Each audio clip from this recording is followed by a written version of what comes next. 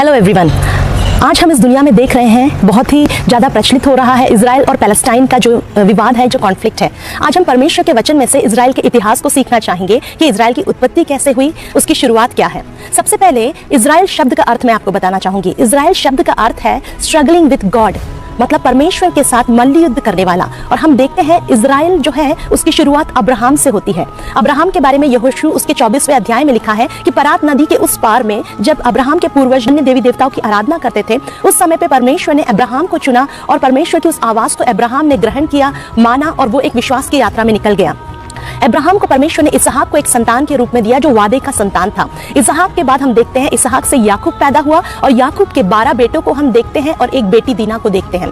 अब याकूब जो है उसका एक बार एक दूत से, स्वर्ग के एक दूत से मल्लयुद्ध हुआ और उस समय पे उसने कहा कि जब तक तू मुझे आशीष नहीं देगा उस दूत से, तब तक मैं तुझे नहीं छोड़ूंगा। और उस समय पे हम देखते हैं कि वो जो स्वर्गदूत था उसने याकूब को बोला कि अब से तू याकूब नहीं, अब से तू इजराइल कहलाएगा। तो इजराइल शब्द जो है हम उत्पत्ति उसके 32 के 28वें वचन में देखते हैं। अब हम आगे जब बढ़ते हैं हम देखते हैं कि यूसुफ जो इजराइल का ही वंश था, उसके बारे में हम देखते हैं कि उसके जो भाई थे उसने उसे गड्ढे में डाल दिया। जब उन लोगों ने उसे गड्ढे में डाल दिया, मिस्र देश के कुछ लोगों ने आकर के यूसुफ को खरीद लिया और वो उसे मिस्र देश में ले गए। इस प्रकार से हम देखते हैं यूसुफ मिस्र देश में पहुंचाया जाता है, जहां पर उसके स्वप्न जो वो पहले देख चुका था वो सारे स्वप्न पूरे होते हैं। और बाद में हम देखते हैं कि यूसुफ जो है मिस्र देश का प्रधानमंत्री बन जाता है।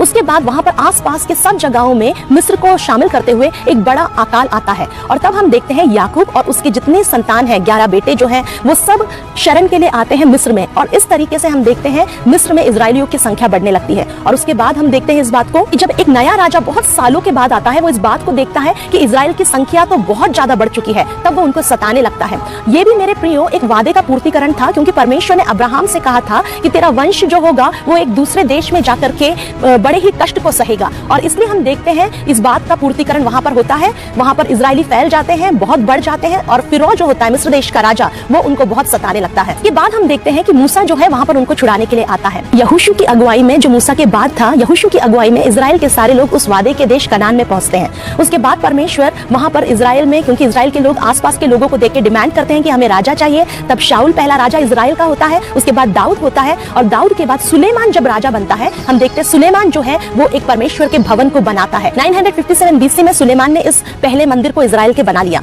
अब ये पूरा जो इजराइल है हम देखते हैं वो असीरिया की गुलामी में चले गया और यहूदा जो है वो बेबीलोन की गुलामी में चले गया। आप इस बात को समझिए कि बेबीलोनियन किंग नबूकदनेस्सर जो है वो आया और करीब 587 BC में नबूकदनेस्सर सारे इजराइल के लोगों को, इजराइलियों को हम कहेंगे, यहूदियों को वो गुलाम बना करके बेबीलोन ले गया। तब उसने पहले मंदिर, जो पहला मंदिर था इजराइलियों का, जो सुलेमान के द्वारा बनाया गया था, उसने उसे पूरी तरीके से नाश कर दिया। उसके जो पात्र थे मंदिर के, उन पात्रों को भी वो लेकर के चले गया। उसके बाद हम जब थोड़ा और आगे बढ़ेंगे हम देखते हैं कि परमेश्वर के वचन में यशायाह भविष्यवक्ता जो था, उसके यशायाह के 44 के 28 में आप जब देखोगे वहां पर लिखा हुआ है, तो बेबीलोन जो था, बेबीलोन में जो लोग थे उनको वापस इजराइल में लेके आने की एक भविष्यवाणी को हम वहां पर देखते हैं।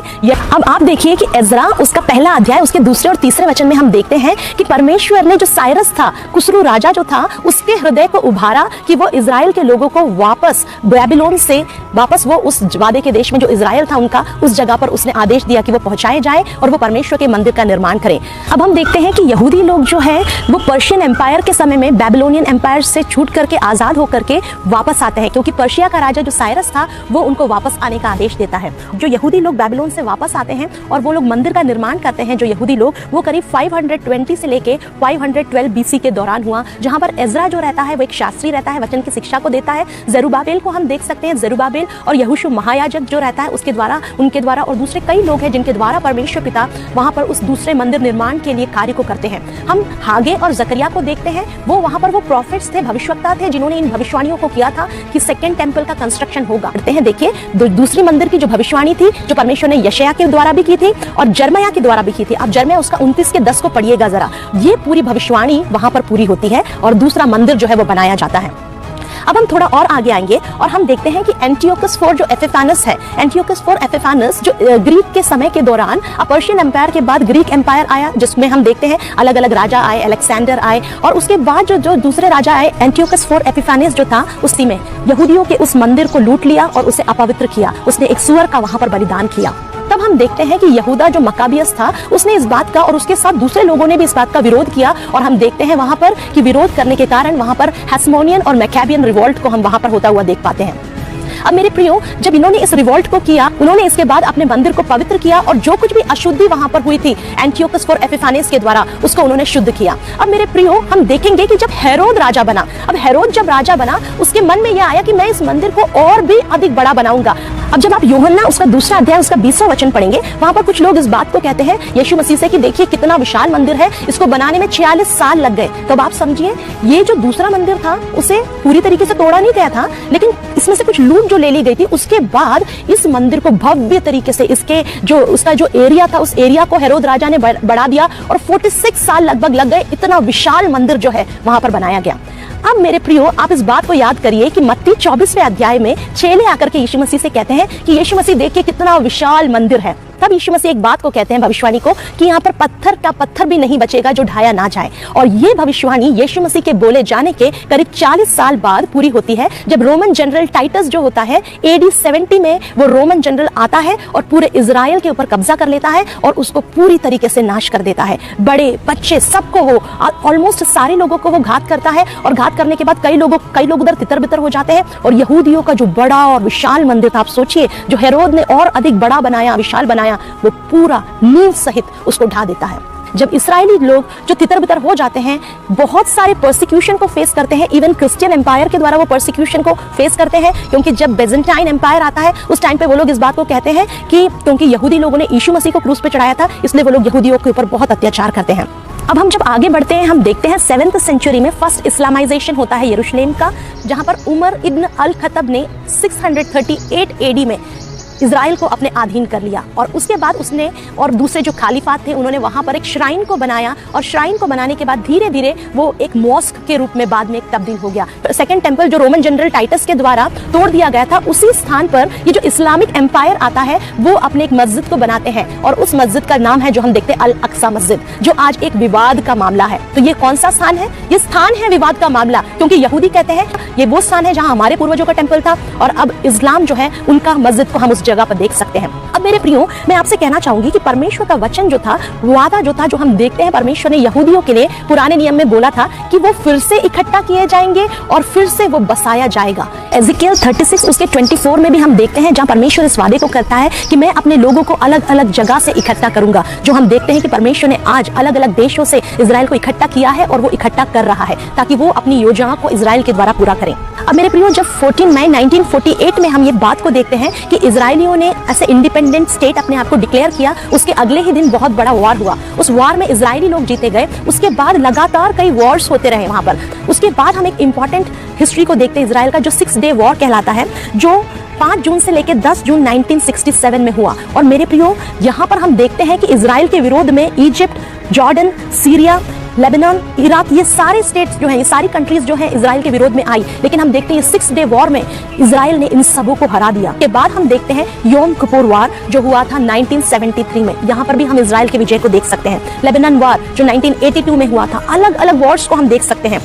धीरे धीरे इजराइल इन सारी जो अपनी जगह थी जिसको उसने खो दिया था, उन सारी जगह को वो अपना करने लगा। और आज के टाइम तक अब हम जो देख रहे हैं वो है हामास वार। हामास जो है एक सुन्नी इस्लामिस्ट मिलिटेंट ग्रुप है जिन्होंने पैलेस्टाइन के ऊपर 2006 में अपने कब्जे को किया। उसका आज भी इजराइल के साथ हम एक युद्ध को देख सकते हैं। और इजराइलियों के उस युद्ध का एक टॉपिक जो है वो ये है कि हमें हमारे मंदिर पर हमारा जो एरिया है, जो परमेश्वर ने हमें दिया था, उसे हमें अपना करना है। तो इसलिए ये विवाद का मुद्दा जो है ये अल अक्सा मस्जिद जो है ये है। मेरे प्रियो, अब अगली बात मैं आपको बताना चाहूंगी कि क्या यहाँ पर तीसरा टेंपल जो है, जो हम कहेंगे यहूदियों का 3rd टेंपल, क्या इस जगह पे बनेगा। मैं कहना चाहूंगी कि पिछले 30 सालों में इजराइलाइट्स ने बहुत कुछ कर लिया है। उन्होंने टेंपल के पात्र बना लिए हैं, मेनोरा बना लिया है जो एक लैंप होता है, गोल्डन लैंप होता है, और मंदिर की जो जो चीजें हैं वो सारी चीजें परिपूर्णता से बना चुके हैं। अब बस एक चीज बाकी है, वो मंदिर का निर्माण। अब इस बात को आप समझिए कि मंदिर का निर्माण जरूरी क्यों है, क्यों ऐसा होगा, क्योंकि बाइबल हमें उसके विषय में भी भविष्यवाणी देती है। अगर आप परमेश्वर के वचन में पढ़ोगे, इस बात को हम दानियल नबी की पुस्तक में भी देख सकते हैं कि जो मसीह विरोधी अंतिम समय में जो आएगा, जो कई लोगों को भटका देगा, 7 साल वो राज्य करेगा, 3.5 साल उसका अच्छा राज्य होगा, उसके बाद जो 3.5 साल है वो अपना ओरिजिनल रंग दिखाएगा वहां पर, तब लोग यहूदी लोग भी समझेंगे कि अरे ये हमारे साथ नहीं है। उसमें लिखा हुआ है कि वो रूलर जो होगा वो एक ऐसा कार्य करेगा कि वो यहूदियों के मंदिर को वो रूलर अपवित्र करेगा। तब यहूदियों को समझ में आएगा अरे सच में ये हमारे साथ का एक व्यक्ति नहीं है। अगर आप नए नियम में भी देखेंगे, नए नियम में जब हम बाइबल में देखते हैं, अलग अलग ऐसे वचन हैं जहां पर हम देख सकते हैं कि टेंपल के बारे में कहा गया है। देखिए, अगर आप 2 थिस्सलुनीकियों उसका 2 अध्याय 3 वचन पढ़ेंगे, वहां पर भी लिखा है कि एक नाश करने वाला आएगा, वो मंदिर में आकर के बहुत कुछ करेगा। अब जब हम मत्ती 24:15 को देखेंगे, वहां पर यीशु मसीह कहते हैं कि जैसे दानियल नबी ने कहा था वैसे वो घृणित वस्तु जो है, जब उजाड़ने वाली वस्तु को तुम मंदिर में देखो। इसका मतलब क्या है? उसका मतलब यह है यीशु मसीह भविष्यवाणी कर रहे हैं कि वो मंदिर फिर से बनेगा।